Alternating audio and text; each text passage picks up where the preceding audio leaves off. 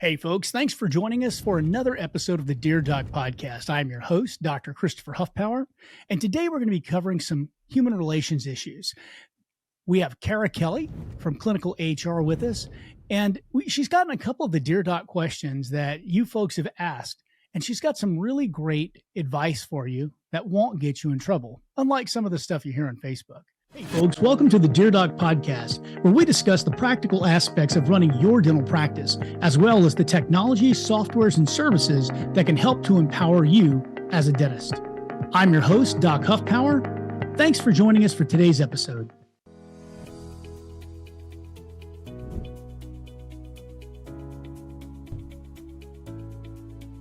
You love dentistry, not software headaches.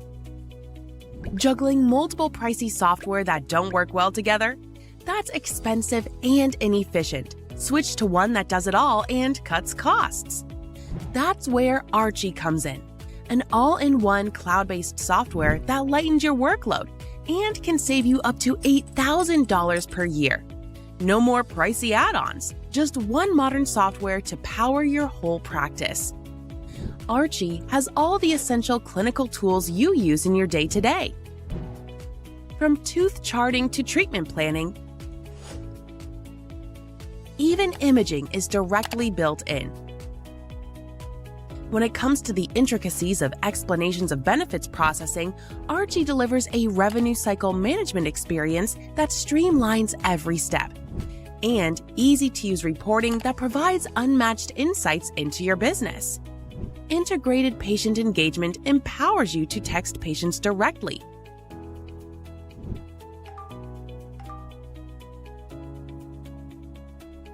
Automate recall and appointment reminders,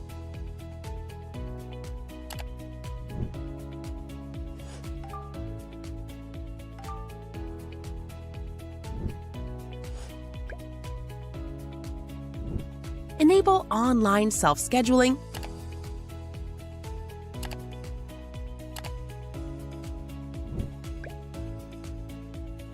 and online forms are even built in. Easily process in-person and online payments. Increase your collection rate by storing credit cards for future use and collecting prepayment through Archie's wallet feature. Within Archie, you can even manage payroll and pay your team. Don't let your software hold you back. Visit archie.com to learn more. So, Kara, how the hell are you today? I am doing spectacular today. Oh my goodness. It is Tuesday and I'm loving it. Well, I suppose it's better than Monday, right? Although Sunday is really my Monday because I dread the Monday. But, you know. So do me a favor, tell our listeners out there a little bit about yourself and why you're qualified to answer these human resource questions. Well, sure. I'm Kara Kelley. I'm the CEO of Clinical HR. I have been working with dental practices for, oh my goodness, at least like 12 years at this point. I actually started working with dentists at a dental CPA firm back in 2012. And since then, I have started my own firm. I am also certified through SHRM, which is Society for Human Resource Management. I'm a senior certified professional.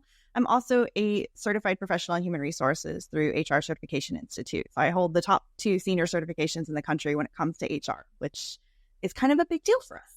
So, in other words, you actually know what you're talking about. Yeah, just a little.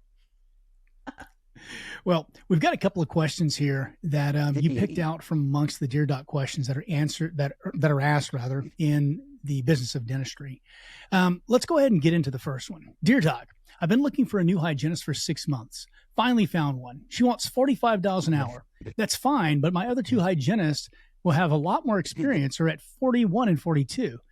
Do you hire the new one and hope it keeps quiet, or boop everyone to 45? I think, yeah, boost, I guess. That's probably a bump. Bump, boost, yeah. Don't really want to increase staff overhead even more. Sincerely, not made of money. All right. Doctor not made of money, which I don't think any doctor is made of money. And I really can sympathize with that. I know that trying to increase staff overhead across the board is very challenging, especially when you have everything else increasing other than insurance reimbursements, apparently. When it comes to salary transparency, depending on what state you're in, you may very well have to put out what you're offering or what you're paying, which means your staff can easily find it.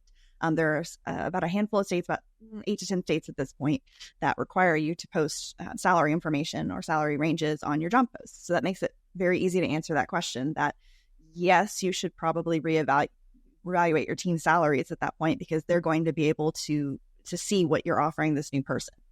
For the states that don't require that, it's still a great idea to reevaluate what you're paying your team and making sure that it's at market value. Now, if the $45 an hour they're asking is above market value, that's a whole different conversation. But if it's in line with what hygienists could be making, or anybody in whatever position you're evaluating could be making, then it's a good idea to see what you can do to either increase their hourly rate to make it comparable or slightly above what you're hiring this person at, or evaluate whether or not a different kind of structure, a bonus structure, for example, would be a way to help increase what they're earning while still managing to keep costs reasonable. And so they would have to earn more, work more to earn more. You cannot, however, tell your team not to talk about pay. That's the one thing that tends to come up in the situation. Well, if I hire them, I'm going to cross my fingers and hope that they don't talk about it, or I'm going to tell them that they can't talk about it, or I'm going to fire them. And you can't do that. National Labor Relations Board with an LRA, it's like an 85-year-old law. You can't prohibit your team from talking about working conditions, and that does include their pay. Even if you generally discourage it, or if you put it in your employee handbook, which is the one I see most commonly. Oh, we just put it in our handbook, and so we can fire them for that. No, you can't. You can't put policies in your handbook that go against federal laws or state laws or local ordinances and so on. So yes, I would take a look at what you're paying your team in this case and see if there is a way to not have your brand new hire with less experience make more than what your current team members are, because we all know how that ends. Absolutely. Well, one of the things that I would say as a doctor and as a practice owner is if I was faced with this situation, I think I would probably think the fairest way to handle it would be to put all hygienists on production, because then you're paid exactly what you're worth and what you produce. What are your thoughts on that? And can they do that? I'm sure California's got some law against it. You know how I feel about California. Well, here's the thing. It's not just California. Your hygienists, if they do not have a 4-year hygiene degree from an accredited program that was accredited at the time that they actually attended the program and graduated from the program, are not eligible to be exempt team members, which means that you have to pay them time and a half for any hours worked over 40. So if you have somebody on straight production, a percentage of production, and they're not eligible to be an exempt employee, and you have them attend a CE, for example, have some other type of rate, you may end up having to pay them time and a half based on that production divided by the number of hours they worked that week, which could get far more expensive than just an hourly rate. I'm generally a fan of a hybrid model of that, of having a little bit lower hourly rate with a production, like a bonus on top of that, so where you are covered on all of those bases. But technically, yes, you could. You just need to be aware of whether or not your employee qualifies as an exempt employee. Absolutely. We always did that for our doctors. We did a base plus. Instead of giving a daily guarantee, we gave them a base salary, and then it was base salary or 30% of production, whichever is greater, because I feel like that's the most fair way to approach it. And it really allows you to even the playing field. If you've got a rock star who's a new hire and they're just producing great, they communicate with patients, they're closing clear, correct cases and what have you, well, they should be rewarded for those efforts. Not rewarding them is the surest way to have them burn out.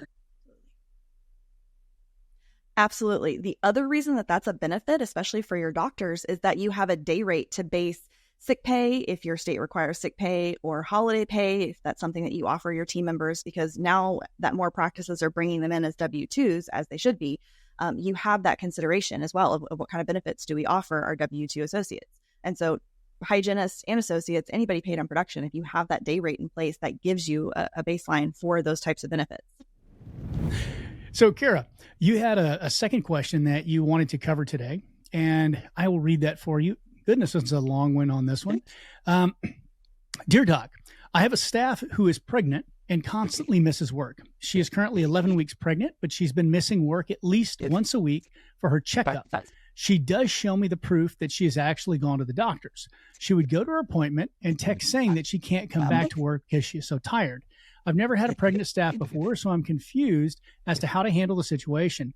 Is it perfectly normal to give a pregnant staff member a full day off every week for her checkups? Any suggestions on how to handle the situation? Or am I just being absurd and not understanding? Sincerely, confused doc. Boy, I could answer this one. I'd love to hear your answer. Well, my answer would be absolutely. They need to take the day off to get their checkup. They take the day off to get their checkup. If you put any restrictions on them specifically because of the fact that they are pregnant, and please, guys, use the word team, not staff. Staff is an infection. Team is the people you work with. So if you don't give her that day off, then you are specifically doing something because she is in a protected class. That seems like it's going to open up a whole can of worms to me. Now, what you may need to do is hire a part-time assistant to pick up the slack. I don't think that there's any way that you can get around the fact that she's going to be going to these appointments. And if she says she's too tired to come back, it's a good lawyer is going to tell you that, oh, it's because of morning sickness. Oh, it's because of that's what happens during pregnancy. And it does, guys. So to me, my answer would be suck it up, buttercup, because this is the way it's going to be. All right. Where was I wrong? I never said you were wrong. It happens occasionally, but this time, no, I 100% agree with you on this. Depending on how many team members you have, you may have Americans with Disabilities Act that applies, that kicks in at the federal level at 15 team members. Your state may also have some additional protections. On top of that, in 2023, at the federal level, we passed the Pregnant Workers Fairness Act. So that adds some additional protections. And here's the thing. Here's how accommodation works. You'll sometimes have team members that'll come back and say, well, she's getting a whole day off once a week and I'm not getting that. But if you were in the situation that she was, and she may be having some complications with her pregnancy at 11 weeks, every single week, that clearly to me indicates, as a female who has had children, indicates that there's something going on that she's having to go every single week. So if another team, exactly. And so if another team member was in that situation and needed that time, you would give them that time. That's what accommodation is. You also want to make sure you're taking this on a case-by-case basis. There are some team members who breeze through their pregnancies, who breeze through whatever their disability is. And just because it didn't happen to you, just because it didn't happen to another team member or the 15 doctors you talked to on Facebook or whatever it is that you got your information from, that is this employee's unique situation. And we accommodate based on their unique situation and recommendations supported by their healthcare provider. Just like any other disability that we would accommodate, that has to be supported by a healthcare provider. And if she is bringing back a note from her doctor saying that she did have an appointment and that she may be tired and may need this additional time, that could be deemed a reasonable accommodation. Reasonableness is kind of a subjective matter, even at the government level. And so what we look at is whether or not it creates a true financial hardship. And if you're in a position to, like you said, hire a part-time employee to help cover that one day a week that she might be missing, that's reasonable. It may be reasonable that she have that time. It may be reasonable that she have a little bit longer leave whenever she needs to go out on leave. And again, depending on your head count, you may or may not be required to go through what's called the interactive process with her to ensure that that you are accommodating her as best possible within reason. If you have less employees, I would highly recommend talking to an attorney before you take any action whatsoever. It may be that you can potentially separate an employee from your practice who is missing a considerable amount, who is truly posing a financial hardship that you can prove on paper with numbers. But I would definitely get an attorney involved at that point. Absolutely. And like I said, just hire another assistant. You're going to have somebody fill in, but you cannot cut her hours unless you talk to her and say, would you like me to cut your hours down? Can't even do that. Damn. Well, you're just screwed. I'm looking forward to the day whenever they pass the Employer Protection Act or the Small Business Owner Protection Act. That'd be pretty cool. All right. So as an addendum to this, I actually had an employee who was pregnant while she was working for us, and her MD actually sent a letter saying she couldn't take radiographs at all. It wasn't a high-risk pregnancy or anything. I caution you guys, these are MDs who are covering their ass. So unfortunately, that means that your ass is in a bind. So that's kind of what it comes down to. So, Kara, you also had a third question that you wanted to answer today. Dear Doc, my office manager was in an accident mid-December and has been out of commission since 12/19 of 22 and is expected to be out for a minimum of another 2 weeks. It could very well be a month or more. We took off a week between Christmas and New Year's, and she was salaried. I recently took over the office of a retired dentist, and there was no office manual or policy in place at the time. I'm kicking myself for not having one sooner. The office manager has been accessible via phone, and we needed to help troubleshoot issues, but overall, it is not working during her time away. How do you handle her pay while she's on leave? Thanks. Doctor, I want to keep my office manager happy, but I can't afford to pay someone not to work. All right, again, I'm going to jump in on this one if you don't mind. And it's just some general advice, guys. When you buy a practice, everyone is fired. Their new rehire date is the date that you take over the practice. That gives you the ability to have them sign new office policies, new employee handbooks, and new job descriptions and SOPs. And if you don't do that, you are screwing yourself. Stop doing that. Okay, I'm done. I'm off my soapbox. I love your soapbox. It's one of my favorite topics. That is one of the number one things that I see in a transition when the buyer ends up calling me and they say, hey, so I closed on a practice on Monday or yesterday or whatever, and I'm going to go meet the team next week. And I'm like, so you hired people you've never met. That's going to end well. And then they talk about how the seller had a handbook in place and they just don't want to make any changes because that's what they're told. We can't make any changes for the first 6 months. And so they just don't. How do you know the handbook is good? By the way, most of the time, in my experience, it's not. Because they haven't cared. They didn't just recently get an update. They're not going to invest in that. They're selling the practice. And even if they did, this is something that is custom to your practice. You own it now. It's your practice. We want to customize it based on what's going to fit for you. Yes, there are some things like benefits that you may not want to rock the boat on too much in the very beginning, but there are other things that you want to, first of all, the way I do it anyway, make sure you understand your rights and responsibilities as an employer, and other things that you may want to tweak just based on what your personal preferences or things that you've noticed about the practice. And that's something we really want to do as soon as possible. Because yes, from day one that you've hired them, they're your team. You're responsible.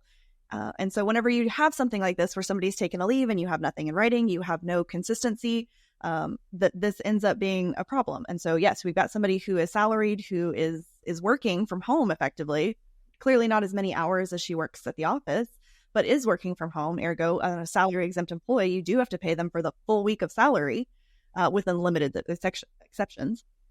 But this is something that I would have loved to have talked to this person during that period of time, personally, versus after the fact, because this is, it's one of those things that you could have had this person go ahead and resign, or you could have put them on a temporary unpaid leave if you had a leave of absence policy. Again, like with the disability questions, depending on what the reason is, what your employee headcount is, what your state is, you may have to accommodate to some extent. But accommodation doesn't necessarily mean a paid leave. However, for an exempt employee, if you're going to not pay them for that week, then they can't be working from home. They can't be answering emails and answering questions and things like that. So this person, for this particular situation, could have been put on an unpaid leave, and you could have gotten a temporary person. You could have had somebody who was maybe front desk, already kind of step into this office manager role as an interim and hired a temp to cover their role. There was a lot of ways we could have handled that where you're not paying somebody on leave to not really work a full schedule. But there again, you really need to have those policies in place and have a plan for this kind of situation, because it does happen, and far more in dentistry, quite honestly, than a lot of industries, because of the higher level of female team members that are going to be going out on leave, that have childcare responsibilities, that, get pregnant and things of that nature. So it does happen. Is your resume or job posting just not being seen? You need a better plan. Whether you're looking for a permanent or temporary position or looking to hire, at Cloud Dentistry, we have you covered. We connect practices with verified professionals interested in temp and permanent work. Sign up for your free account in just 2 easy steps. Go to www.clouddentistry.com and start browsing the dental talent in your area today. We have another question here. Dear Doc, I'm 3 weeks into my startup. I hired a DA for $25 an hour who agreed to work both front and back. To my surprise, she doesn't take any responsibility and failed to do even basic stuff like putting up barriers, keeping the office clean, spore testing, pouring models. I reminded her many times. She gets upset when I tell her she doesn't have any knowledge of the front desk at all. I'm tired of working with her. I started looking for a new one. I cannot afford 2 DAs in my startup. My question is, how do I get rid of the present DA without any legal issues? I don't want a 1-star review. I feel so distressed. So write her up. And now Kara disagrees with me on this one. I know, because we've discussed it several times. I believe in 3 write-ups: failure to perform job duties, insubordination, and job abandonment. And those are like the only 3 write-ups you've got. So almost everything is failure to do perform job duties. And the whole reason behind this is you want to, and yes, I know there's been an update and you're going to tell me because we already talked about this, but I want other people to know about it. So you want to make sure that you're consistent when you're writing people up. You want to make sure you're writing them for the same thing. And then you have a counseling session below and you explain how you explained what is expected of them. They sign off on it. Failure to sign a write-up is insubordination. That's a second write-up. You shouldn't be held hostage in your own damn practice. Now, so far as this goes, how did you test this person to see that they were qualified for the position that you hired them for? Did you have a SOP that explained how to do every single job duty? Did you have an employee handbook? Did you have a job description that explained what the job duties are? All of this stuff is lacking to me in this question. Now, the answer to your question, which really appears to be about a 1-star review, is she's going to write it anyway, and who the hell cares? She's not a patient, and as long as she's not a patient, you can respond however the hell you want to respond, and you can tell Google to get it removed. Now, patients are an entirely different story because of HIPAA, but you're going to get the review. You can't handle that right now. What you can do is you can provide a better base going forward to make sure you don't make this mistake again. And God help you, please don't hire another DA before you get it figured out. Okay, that was my answer. This question frustrates me. I do agree with you. I'm part of that. There is a lot to unpack here. First of all, the difference between legal issues and a 1-star review. 1-star review is something that you can't control, but you can manage after the fact, and has nothing to do with legal issues. Them writing a 1-star review is not a legal issue from the employment law standpoint. And since I'm not an attorney and I don't give legal advice, so I'd like to give that disclaimer before I talk about things like this. I do disagree with you on the insubordination. National Labor Relations Act back in August of 2023 made a new decision in the Stericycle case that changed the way we have to write certain policies. And it makes us clarify as employers what things like insubordination are. So you don't want to just give a write-up for insubordination. You don't want to just terminate somebody for insubordination. What was the insubordination? Well, first of all, you have to have an actual written policy, preferably, policy in general, but preferably written, that you can go back and say, this is our policy, this is what you did, this is the violation that occurred, this is what I'm disciplining you for. It is insubordination, but you have to be very, very clear on what they have done that is insubordinate at this point.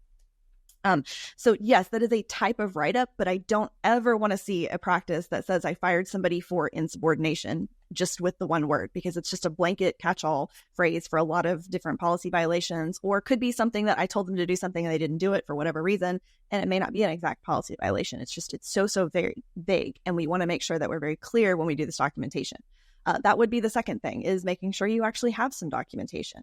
I kind of tend to agree with you, Doc, that if they're 3 weeks into the startup and they aren't able to do part of the job, you probably hired the wrong person to begin with. And just to be blunt, that part's on you. That part's on you as an employer. It's your job in the interview process to find people who actually fit the job description, which you have to have. And I understand as a startup that's sometimes very difficult, and you've got a lot of other moving parts going on. And a lot of funds that are going out the door. So paying for an advisor to come in and say, this is a job description that you're trying to hire for, or here, let me help you hire this person, is something that sometimes gets put on the back burner. And then we end up with things like this. I worked with a number of startups that somebody was hired in a couple of weeks and they did not stay because there was no training, or they were just not the right fit for the job.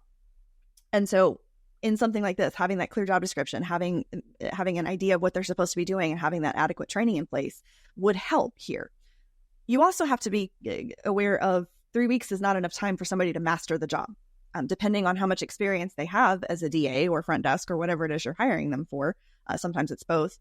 if they don't, even if they have tribal knowledge from another company, even if they've got 20 years of experience, they don't necessarily know how you want them to work. And 3 weeks is really not a very long period of time. I mean, there's a reason we have a 90-day introduction period, because sometimes it does take about 90 days for somebody to truly master that position and become competent. So you have to be able to give some grace in that. And I've had practices call me and say, I had this employee and I hired them a month ago and they're just not getting the job. I'm like, okay, well, what training did you give them? Well, we gave them a binder, like a binder. Excellent. You gave them tons and tons of, you people don't read. Did you give them training videos? Did you give them some hands-on? Did you give them a mentor to work with? People are not going to read through a binder and then magically be able to master whatever the job is. It's great to have written SOPs. It's great to have processes, but that's not the only way that somebody is going to learn how to accomplish that job. So making sure that you're giving them that time for training helps. To jump onto that, I would agree wholeheartedly. And what we did in my practice is we actually filmed each different, either with Loom to record key clicks and did a voiceover and showed them what they were doing where, or we recorded it with a video camera whenever it was like a setup procedure or something like that. But they had a written SOP to go back to in case there was any misunderstanding. It's my opinion that the more information you can give them in the more different formats, audio, visual, and written, the greater chance that you're going to have a well-trained team.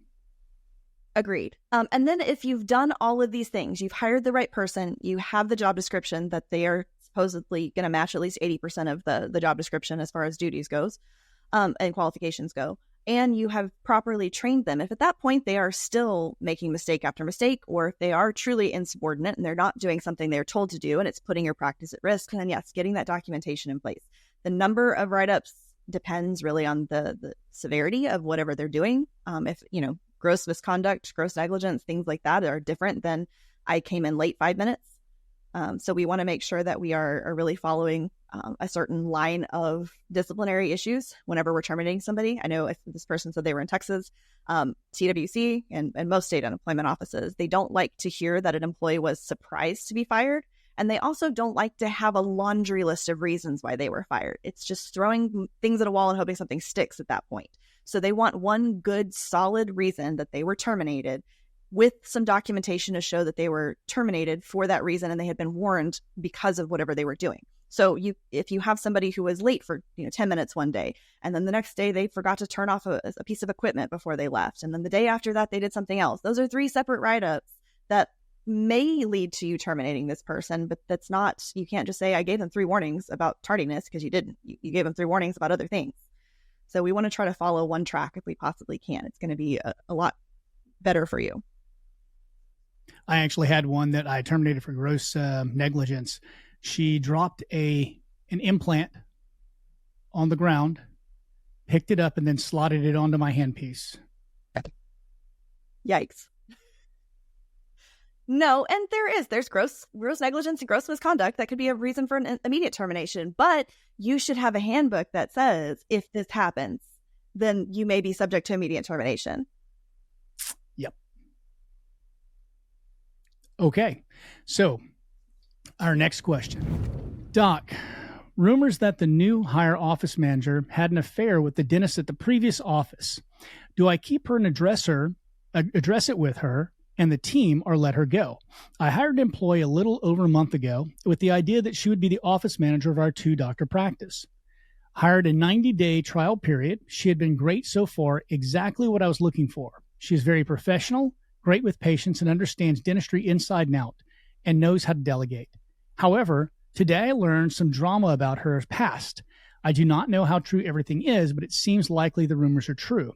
All of my team members have heard these rumors that she had an affair with a previous employer. This happened 1 to 3 years ago, timeline unclear.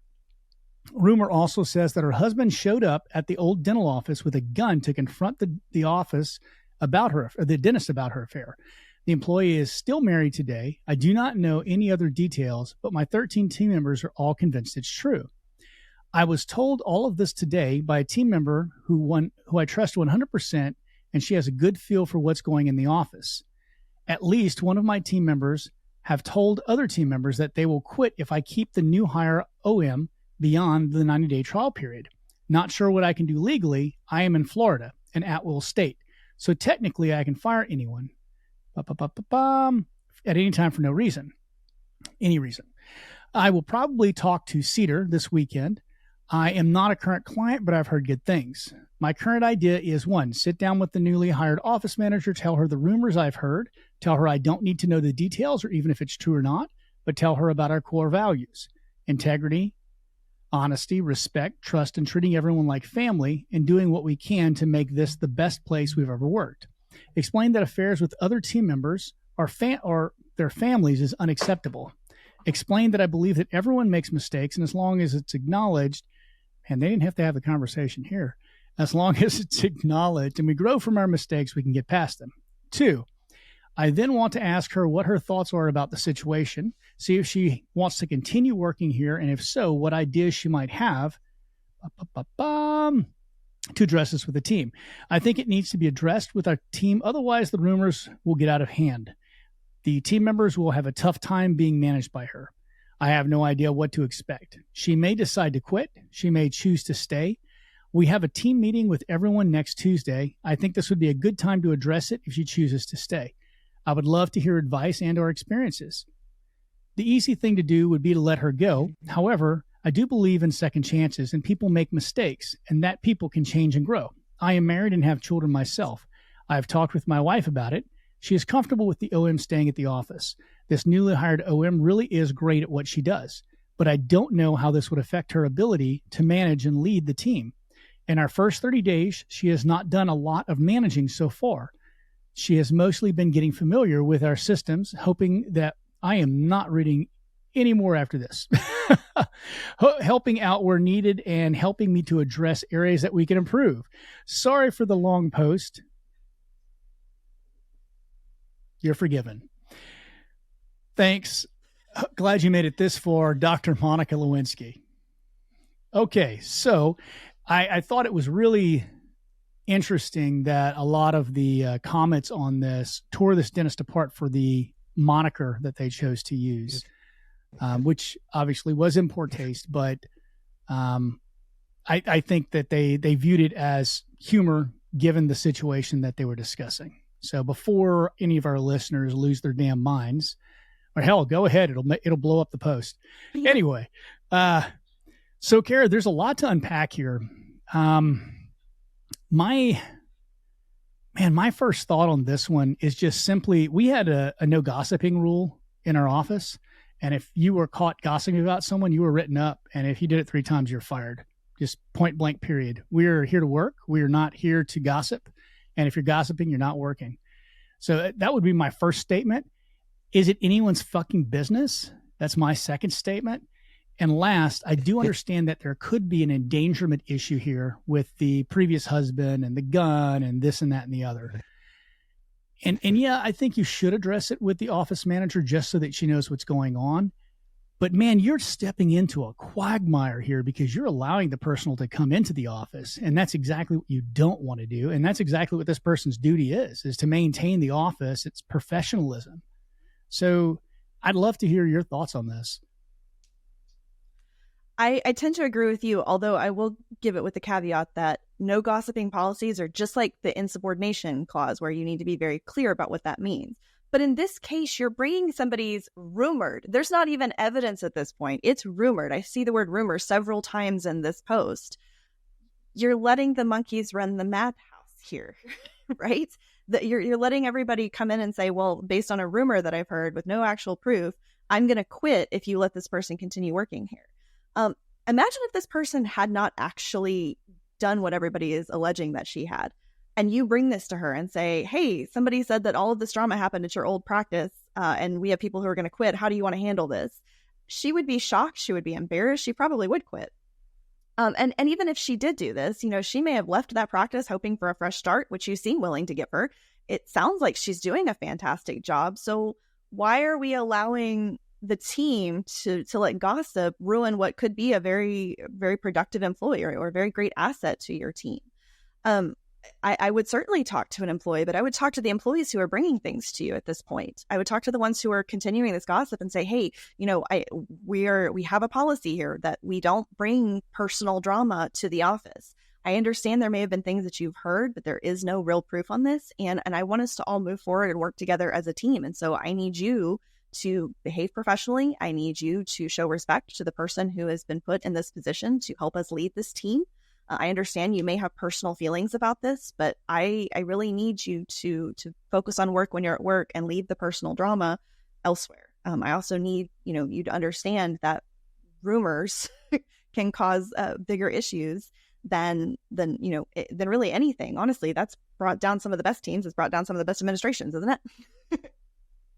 Talking about Monica Lewinsky and rumors and all the other Absolutely. things. You can certainly have you can certainly have issues with team members who aren't verifying facts and focusing on work and are more interested in whatever high school drama is going on.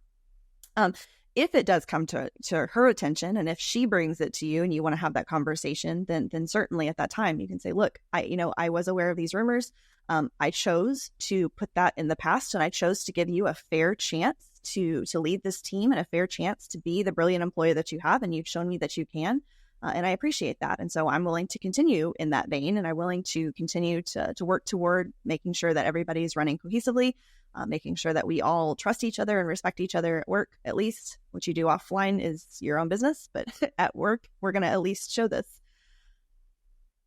If for some reason there is more drama or evidence does appear that this was the case, and you feel like you need to say something, you can, sit down with her and say, this has been brought to my attention.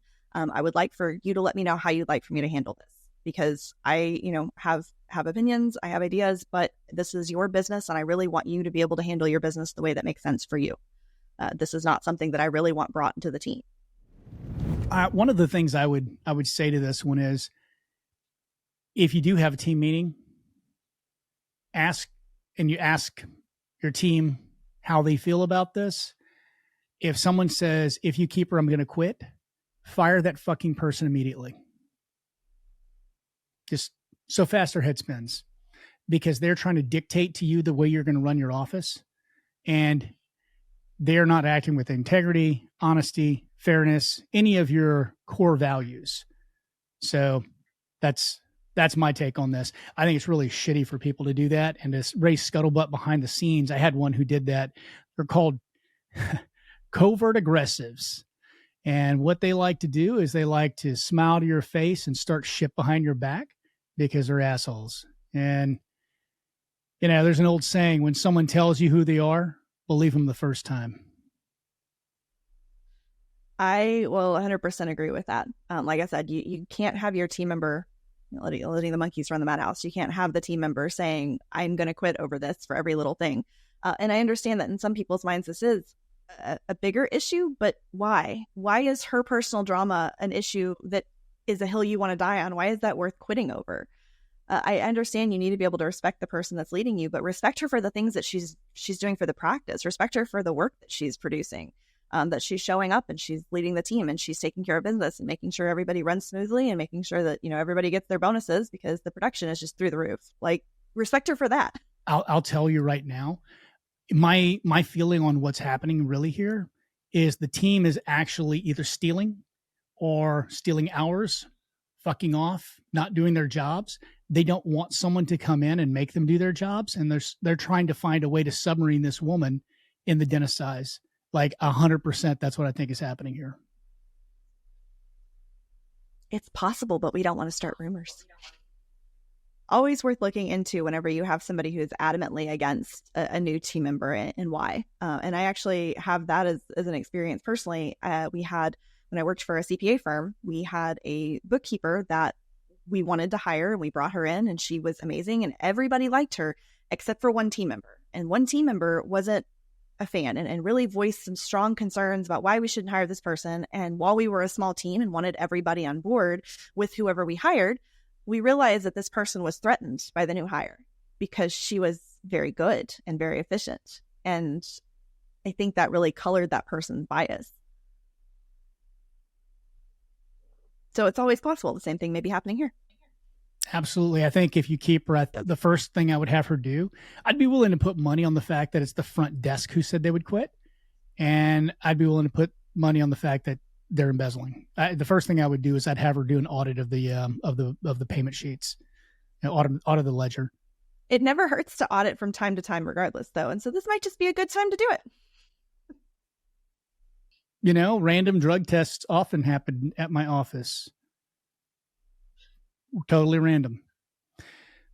So, we'll talk more about that later. I won't get myself in trouble in air here. Third question.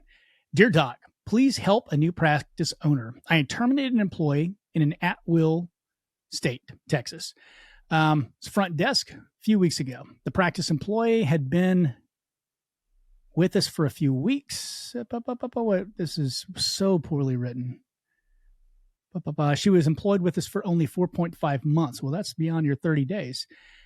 Reasons were clocking in early to get extra hours, which is a violation of our recording of a time policy, and insubordination for refusing to acknowledge corrective action notice, written warning. I would have fired her right there. My HR company has been very helpful in preparing all the documentation. Ex-employee filed for unemployment benefits. Short story is she did not get them. They denied them. Then she filed an appeal, and there's now a scheduled hearing. I went to all of these, every single one. I didn't have anyone else do it. I did it. As the doctor, I knew that I was the best spoken. And I also understood the law. Plus, going to these things actually allowed me to really key in on what they wanted to hear and to give them nothing more than exactly what they wanted to hear. So far as the judge goes, who's going to be presiding over your hearing. That's my opinion on that one. And Kara can say if I'm wrong here. Is it worth the time and energy to fight this appeal, even though I have strong evidence? I would say yes, always. If so, and not because you're going to get unemployment claims, because you're going to learn about the unemployment system and it's going to make you a better manager of your practice. If yes, would you get an attorney to represent you at the hearing? No way in hell. If no, what is the worst case scenario? If I let her win unemployment benefits? Nothing. She wins unemployment benefits. And if you have enough people who are terminated over that year, your unemployment insurance goes up. That's the only thing that happens. My unemployment insurance, he just said that, which is not the end of the world. My biggest concern is if I let the employee win in this appeal, would it embolden ex-employees to file wrongful termination lawsuits for monetary gains? Why the hell would you be telling any of your ex-employees that someone won an unemployment case against you? That'd be stupid. So I would say don't do that, and then you don't have that worry. Please let me know your thoughts and constructive feedback. Thank you. Doctor, help a relatively new practice owner. Okay. There's not a whole lot in this one to me that really requires an in-depth answer. You just go to the hearing, and it's a phone hearing. It's very, very simple. You don't have to go to court. You don't have to take a whole day. It takes 15 to 30 minutes maximum. Present the facts and let them decide. Worst case scenario, they decide against you and you learn something new. Best case scenario, they decide against the employee and you don't have to worry about your unemployment insurance going up. That's my answer. Kara, you're the expert. Talk to us. And I can agree with that. So to kind of answer the big picture question, this is how the unemployment system works in most states. They go by what is called the employer base period, which is based on the date that the employee files for unemployment, not the day that they are fired. So you mentioned a certain day period. All that's a myth. They could work for you for 3 days, and you could be an employer in the base period if they filed 1 year later. Say that they left you, went and got another job, left that job, they filed for unemployment. You may be a base period employer, which is why you always want to make sure that if you're terminating somebody that you're going to go ahead and follow what you need for proper documentation. Even if you feel like you're 100% in the right, even if they were in this little mythical, magical 90-day period. So the base period is calculated. They take the quarter that the employee files, they look at the previous 5 quarters, and they take the earliest 4 of that previous 5. So we are in quarter 1 of 2024 right now, or at the time of this recording. The base period would be the last quarter of 2022 and the 4 quarters of 2023. The base period would be the last of 2022 and the first 3 of 2023. That first 4 of the 5. So whenever somebody files, they go ahead and send that notification to all of the employers. So that means you may get one, even if you're not a base period employer. You always want to answer. Because if you don't answer and you don't say, I fired this employee for cause, if again, she files 12 months later and you're now a base period employer, you haven't filed that documentation. You haven't said that, yes, I did fire this person for cause and that I should not be deemed liable for paying for unemployment benefits. Okay. That's the qualifications for the base period. They also, by the way, have to earn a certain amount of income in that base period, and you have no way of knowing whether they have or not. So we always assume when we're terminating somebody that they could potentially file for unemployment. Whether they quit, whether you fired them, whatever the reason is, they can always file. They may not get it, but they can always file. So we always act accordingly.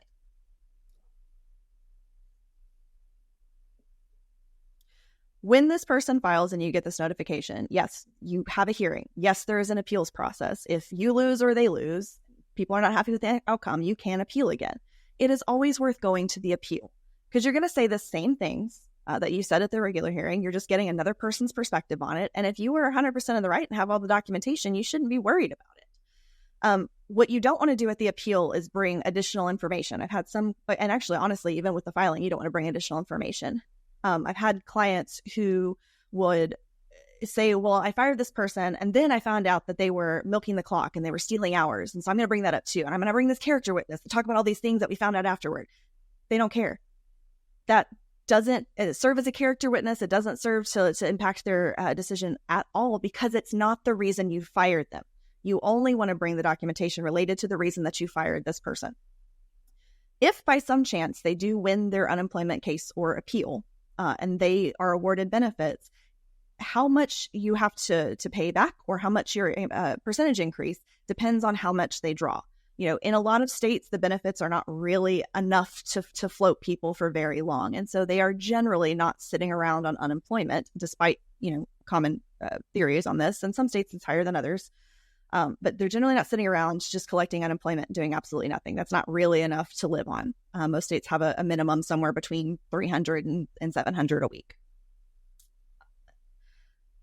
So depending on how many weeks they draw, they being the unemployment office, will send you a letter sometime usually around the end of the year that says this employee or these employees, if you had multiple, drew this many thousands of dollars from unemployment. You can either refill your bank by X number of dollars, or you can take a certain percentage increase. Whether or not one of those is more financially practical kind of depends on a lot of factors. Unemployment percentage is usually on the first $9,000 to $10,000 of income for each employee. So if you're a growing practice and you're adding team members, if you have a revolving door of team members, you're going to be paying more in unemployment taxes than somebody who has a consistent team that's staying with them, because it's only on the first, like I said, $9,000, $10,000. That whatever the 3 to 7 or so % is only on the first $9,000, $10,000 of wages for that year. So it may be more feasible for you to take that increase. But mind you, if you increase, it's usually about a 3-year period before it'll go back down. So you have to do the math to see whether it's worth paying out a couple $1,000s to refill your bank versus taking that hit, depending on your practice situation. Always worth talking to your accountant over to see what's going to be the best course of action for you at that point. Absolutely. To address the last part of that question about whether or not that opens up, and by the way, what I went back and read the it says would embolden ex-employee. I think she was talking about that one person who won the appeal. If she wins, would it embolden the ex-employee to come back and file a lawsuit for monetary gains? Why? Depending on what you terminated this person for, unless you have a reason to suspect that they're going to file for, discrimination or wrongful workplace, something along those lines, it shouldn't embolden them to file for monetary gains. Usually, we're an at-will state. You can hire or fire for any reason that's not an illegal reason. And I have the same perspective on that as I do for unemployment. They can always go and file. It may be a pain. That's why you want to do things clean as much as possible, because it's going to cost you money to defend it. It's going to cost you a lot of time, but they can always go and file. They're not going to necessarily do that based on winning an unemployment claim, however. That's something that, if they go and talk to an attorney, or if they go and file with the EEOC or the Department of Labor, or you get audited or something along those lines, you address it at that time. But don't ever not go to an appeal, or don't ever be afraid to defend yourself because you're afraid that whatever the outcome is going to lead to some other lawsuit. Because they're going to do it whether they, whether you plan for it or not, or whether you prepare for it well enough or not. That unfortunately is just the way that it is.